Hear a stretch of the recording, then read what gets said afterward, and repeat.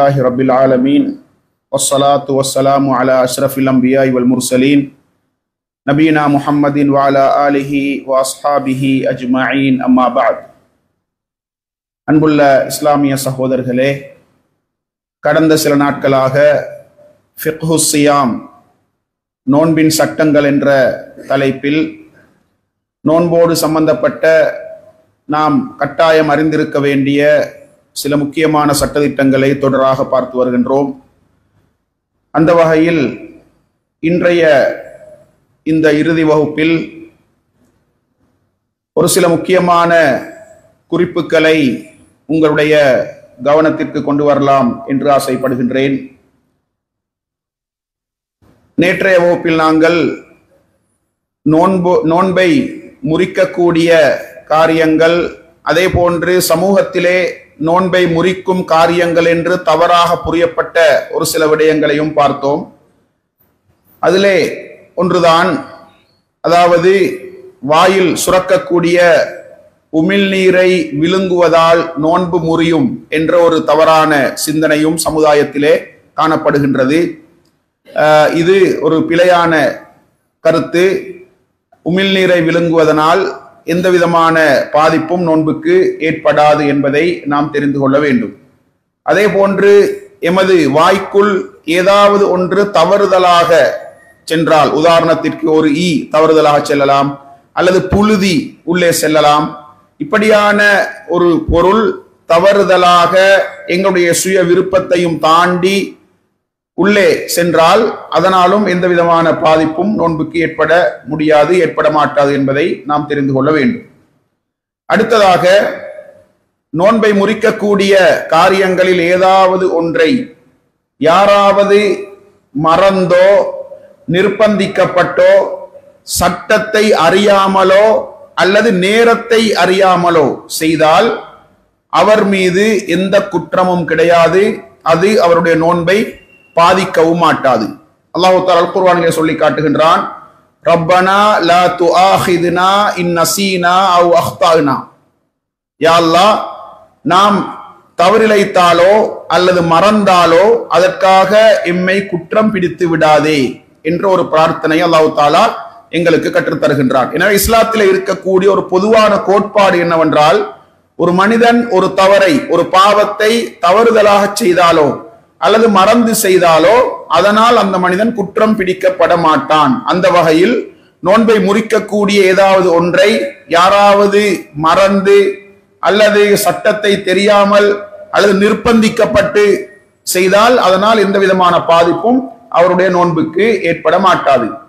இரண்டாவது விடயம், ஒரு மனிதன் நோன்பை நோக்க முடியாத ஒரு சூழல் அவனுக்கு ரமலானில் ஏற்பட்டு பிரயாணத்தில் அவன் இருந்து அல்லது நோய் ஏற்பட்டு அதனால் ரமலானுடைய நோன்பை நோக்க முடியாமல் சென்று அதே நிலையில் நோன்பை கலா செய்வதற்கான அவகாசம் அவனுக்கு கிடைக்காமல் அதே நிலையில் மரணித்தால் அந்த மனிதன் மீதும் எந்த கடமையும் கிடையாது. ஒருவர் ரமலானிலே நோய்வாய்ப்படுகின்றார் உதாரணத்துக்கு, அதே நோயோடு அவருடைய வாழ்க்கை அப்படியே தொடர்ந்து அதே நோயோடு அவர் மரணிக்கின்றார். நோய் குணமடைந்து நோன்பை கலா செய்வதற்கான அவகாசம் அவருக்கு கிடைப்பதற்கு முன்னால் அவர் மரணித்தால் அவர் மீது எந்த குற்றமும் கிடையாது. ஏனென்றால் நோன்பை கலா செய்வதற்கான அவகாசம் அவருக்கு கிடைக்கவில்லை. ஆனால் ஒருவருக்கு அந்த அவகாசம் கிடைத்து, அதாவது நோய்வாய்ப்பட்டு ரமலானிலே நோன்பை விடுகின்றார், அந்த நோன்பை கலா செய்வதற்கான சந்தர்ப்பம் அவருக்கு ரமலானுக்கு பின்னால் கிடைத்தும் கூட அவர் கலா செய்யாமல் மரணித்தால் அவருடைய நோன்பை அவருடைய பொறுப்பாளர்கள் நோக்க வேண்டும் என்ற ஒரு சட்டத்தை இஸ்லாம் எங்களுக்கு சொல்கின்றது. புகாரி முஸ்லிமிலே வரக்கூடிய ஹதீஸிலே ரசூலுல்லாஹி ஸல்லல்லாஹு அலைஹி வஸல்லம் அவர்கள் சொன்னார்கள், மன் மாத வ அலைஹி ஸியாமுன் ஸாம அன்ஹு வலியுஹு.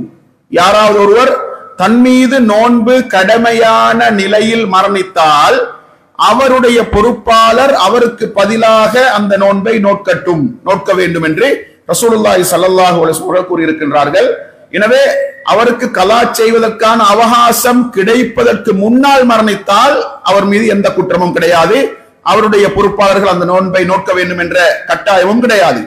ஆனால் கலா செய்வதற்கான அவகாசம் கிடைத்தும் அவர் அதை கலா செய்யாமல் மரணித்தால் அவருடைய பொறுப்பாளர்கள் அந்த நோன்பை நோக்க வேண்டும் என்ற அந்த சட்டத்தையும் நாம் தெரிந்து கொள்ள வேண்டும்.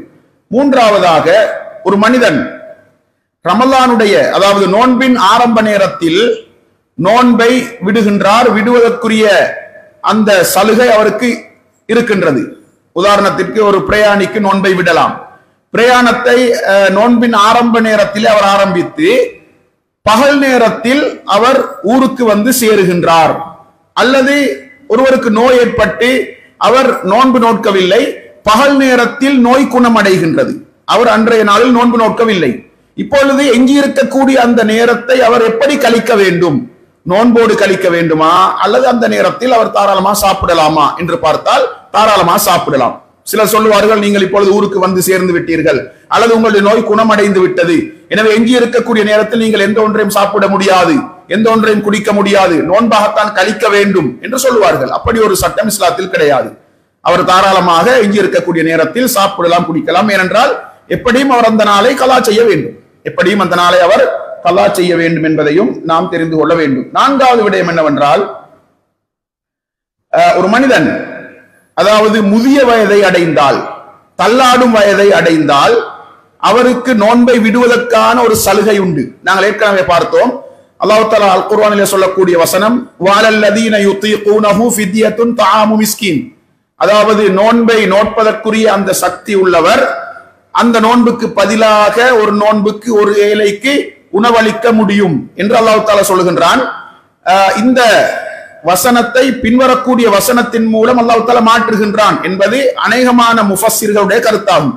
அதாவது ஆரம்பத்தில் நோன்பு விதியாக்கப்பட்ட அந்த ஆரம்ப கட்டத்தில், அதாவது விரும்பியவர்கள் நோன்பு நோக்கலாம், விரும்பியவர்கள் நோன்புக்கு பதிலாக ஃபித்யா கொடுக்கலாம் என்ற சட்டம் இருந்து, பின்னால் வரக்கூடிய வசனம் ஃபமன் ஷஹித மின்கும் ஷஹ்ர ஃபல்யசும்ஹு, உங்களில் யார் அந்த மாதத்தை அடைகின்றாரோ அவர் அதில் நோன்பு நோக்கட்டும் என்ற அந்த வசனத்தினூடாக அந்த சட்டம் மாற்றப்பட்டு எல்லோரும் நோன்பு நோக்க வேண்டும் என்ற ஒரு சட்டத்தை அல்லாஹ் தஆலா சொன்னான் என்பதுதான் நிறைய முஃபஸ்ஸிர்களுடைய தஃப்சீராக இருக்கின்றது. ஆனால் இப்னு அப்பாஸ் ரலியல்லாஹு அன்ஹு அவர்கள் கூறுகின்றார்கள், சக்தி உள்ளவர்கள் அந்த நோன்புக்கு பதிலாக ஒரு நோன்புக்கு ஒரு ஏழை வீதம் உணவளிக்கட்டும் என்று அல்லாஹ் தஆலா சொல்லக்கூடிய இந்த சாரார் யார் என்றால், முதிய வயதை அடைந்தவர்கள், தள்ளாடும் வயதை அடைந்தவர்கள், மூதாட்டி பெண்கள், இவர்களை பொறுத்தவரைக்கும் இவர்கள் நோன்பு நோக்க வேண்டிய அவசியம் கிடையாது, இவர்கள் அதற்கு பதிலாக ஃபித்யா கொடுத்தால் போதும் என்ற ஒரு சட்டத்தை அவர்கள் குறிப்பிடுகின்றார்கள். எனவே அந்த சட்டத்தின் அடிப்படையில் தள்ளாடும் வயதை அடைந்தவர்கள், முதிய வயதை அடைந்தவர்கள், சில நேரம் மருந்து மாத்திரையோடு தான் அவருடைய வாழ்க்கை கழியும், கடைசி வரைக்கும் மருந்தோடு தான் அவர்களுடைய வாழ்க்கை கழியும். அப்படியான நிலையிலே உள்ளவர்கள் நோன்பு நோக்காமல் இருக்கலாம், அந்த நோன்புக்கு பதிலாக அவர்கள் ஏழைகளுக்கு உணவளிக்க வேண்டும். அப்படி உணவளிக்கக்கூடிய நேரத்திலே இன்றைக்கு அவர் விட்ட நோன்புக்கு அன்றைய தினத்திலேயே ஒரு ஏழைக்கு உணவளிப்பதுதான் சிறந்தது. அந்தந்த தினத்திலேயே அந்த கடமையை அவர்கள் நிறைவேற்றுவதுதான் சிறந்தது. ஆனால் மாத முடிவு வரைக்கும் அதை பிற்படுத்தி ஒரே அடியாக உணவளிக்க விரும்பினாலும் தப்பும் கிடையாது, அதற்கும் அவர்களுக்கு அனுமதி உண்டு. அதே நேரத்திலே உணவளிக்கக்கூடிய நேரத்தில் முடிந்த அளவுக்கு அந்த உணவை சமைத்து கொடுப்பதுதான் சிறந்தது. ஏனென்றால் அல்லாஹ் தஆலா ஒரு அளவை இங்கு சொல்லவில்லை, எவ்வளவு நாம் அளிக்க வேண்டும்.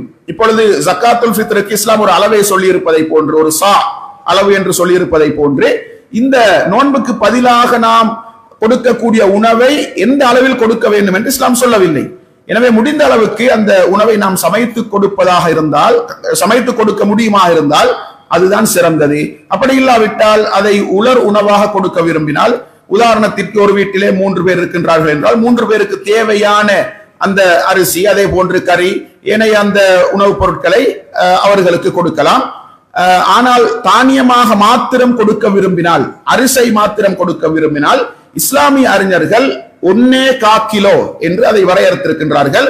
அது ஹதீஸ்ல நேரடியாக வந்த ஒன்று அல்ல, ஆனால் நாம் எப்படியாவது உணவளிக்க வேண்டும் என்பதற்காக வேண்டி அப்படியான ஒரு அளவு திட்டத்தை இஸ்லாமிய அறிஞர்கள் கூறியிருக்கின்றார்கள். எனவே இந்த சிக்கல்கள் இருந்து நாம் வெளியே வருவதாக இருந்தால், முடிந்த அளவுக்கு அந்த உணவை நாம் சமைத்து கொடுக்க முடியுமா இருந்தால் அதுதான் சிறந்தது என்பதை நாம் தெரிந்து கொள்ள வேண்டும். அதே போன்று ஒருவர் நோன்பில், அதாவது ரமலான் காலத்திலே நோன்பை விட்டால் அடுத்த ரமலானுக்கு முன்னால் முடிந்த அளவுக்கு அவர் அதை கலா செய்வதற்கு முயற்சிக்க வேண்டும். அடுத்த ரமலானை அடைவதற்கு முன்னால் அவர் முடிந்த அளவுக்கு அந்த நோன்பை கலா செய்வதற்கு முயற்சிக்க வேண்டும். ஆனால் ஒருவருக்கு அதற்கு அவகாசம் கிடைக்கவில்லை என்றால் அடுத்த ரமலானுக்கு பின்னாலும் என்ன செய்யலாம், அதை கலா செய்யலாம். நாங்கள் ஏற்கனவே பார்த்தோம், அதாவது பால் ஊட்டக்கூடிய தாய், கர்ப்பிணி தாய், அவர்கள் நோன்பை விட்டால் நோன்பை கலா செய்ய வேண்டும் என்பதுதான் சரியான நிலைப்பாடு என்று நாங்கள் ஏற்கனவே பார்த்தோம்.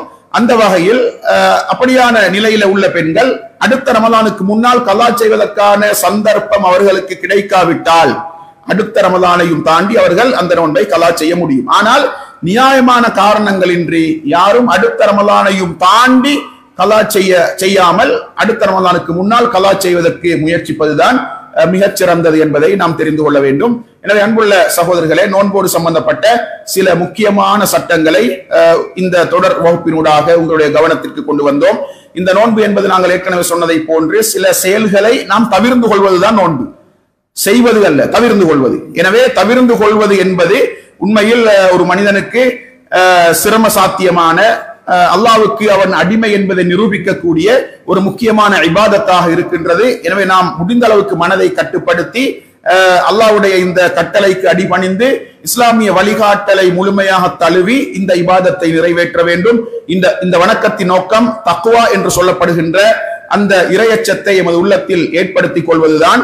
தக்வா என்று சொல்லக்கூடிய நேரத்திலே ஒரு மனிதன் அல்லாஹ்வுடைய கட்டளைகளுக்கு அடிபணிந்து அல்லாஹ் தஆலா கடமையாக்கி இருக்கக்கூடிய இபாதத்துக்களை நிறைவேற்றி சுன்னத்தாக்கி இருக்கக்கூடிய வணக்க வழிபாடுகளை நிறைவேற்றி அவன் தடை செய்திருக்கக்கூடிய வெறுத்திருக்கக்கூடிய மோசமான பிழையான செயல்களில் இருந்து தவிர்த்து நடப்பதனூடாக தனக்கும் அல்லாஹ்வுடைய தண்டனைக்கும் இடையிலே ஒரு பாதுகாப்பு திரையை ஏற்படுத்திக் கொள்வதைத்தான் உண்மையான தக்வா என்று இஸ்லாம் எங்களுக்கு அடையாளப்படுத்துகின்றது. அன்புள்ள சகோதரர்களே, இந்த தக்வாவுக்கு பலரும் பல்வேறுபட்ட வரைவிலக்கணங்களை சொல்லி இருக்கின்றார்கள். ஒருமுறை உமர் இப்னு கத்தாப் ரலியல்லாஹு அன்ஹு அவர்கள் உபய் இப்னு கஅப் ரலியல்லாஹு அன்ஹு அவர்களை பார்த்து கேட்கின்றார்கள், மத்தக்வா, தக்வா என்றால் என்ன என்று கேட்ட நேரத்திலே உபய் இப்னு கஅப் ரலியல்லாஹு அன்ஹு அவர்கள் உமர் ரலியல்லாஹு அன்ஹு அவர்களை பார்த்து கேட்டார்கள், யா அமீரல் முஃமினீன் அமா சலக்த தரீகன் ஃபீஹி ஷௌக், அமீருல் முஃமினீனே, நீங்கள் முட்கள் நிறைந்த ஒரு பாதையில் பயணித்ததில்லையா என்று கேட்ட நேரத்தில் ஆம் பயணித்திருக்கின்றேன் என்று சொன்னார்கள். எப்படி பயணித்தீர்கள் என்று கேட்ட நேரத்திலே, அதாவது நான் காலை எடுத்து வைப்பதற்கு முன்னால் நன்கு பார்ப்பேன், முட்கள் இல்லாத இடத்தில் நான் காலை எடுத்து வைப்பேன், ஒரு காலை முற்படுத்தியும் மறுகாலை பிற்படுத்தியும் வைப்பேன், முட்கள் என்னுடைய காலை பதம் பார்த்து விடக் கூடாது என்பதற்காக என்று சொன்ன பொழுது உபய் இப்னு கஅப் ரலியல்லாஹு அன்ஹு சொன்னார்கள், தில்க ஹிய தக்வா, இறையச்சம் தக்வா என்றால் அதுதான் என்று சொன்னார்கள். எனவே இந்த உலகத்திலே இந்த பூமியில் மிக கவனமாக பயணிப்பதுதான் உண்மையான தக்வா என்று அவர்கள் சொன்னார்கள். அதே போன்று தல்க் இப்னு ஹபீப் ரஹ்மத்துல்லாஹி அவர்கள் சொன்னார்கள், இதா வகாத்தில் ஃபிதன் ஃபாத்ஃபிஊஹா பித்தக்வா, ஃபித்னாக்கள் ஏற்பட்டால் குழப்பங்கள் நிகழ்ந்தால் தக்வாவை கொண்டு அதை அணைத்து விடுங்கள் என்று சொன்ன பொழுது காலு மத்தக்வா, தக்வா என்றால் என்ன என்று அவர்களிடத்திலே கேட்கப்பட்ட நேரத்திலே அவர்கள் சொன்னார்கள், அன்தஅமல பிதாஅத்தில்லாஹி அலா நூரி மினல்லாஹி ரஜா ரஹ்மத்தில்லாஹ், அதாவது அல்லாஹ்வுடைய அருளை எதிர்பார்த்து அல்லாஹ்விடமிருந்து கிடைத்த அந்த தெளிவின் அடிப்படையில் அவனுக்கு கட்டுப்படுவதும் அல்லாஹ்வுடைய தண்டனைக்கு பயந்து அல்லாஹ்விடமிருந்து கிடைத்த அந்த தெளிவின் அடிப்படையில் அவனுக்கு மாறு செய்வதை விட்டும் விலகுவதும் தான் தக்வா என்று தல்க் இப்னு ஹபீப் ரஹ்மத்துல்லாஹி அவர்கள் கூறியிருக்கின்றார்கள்.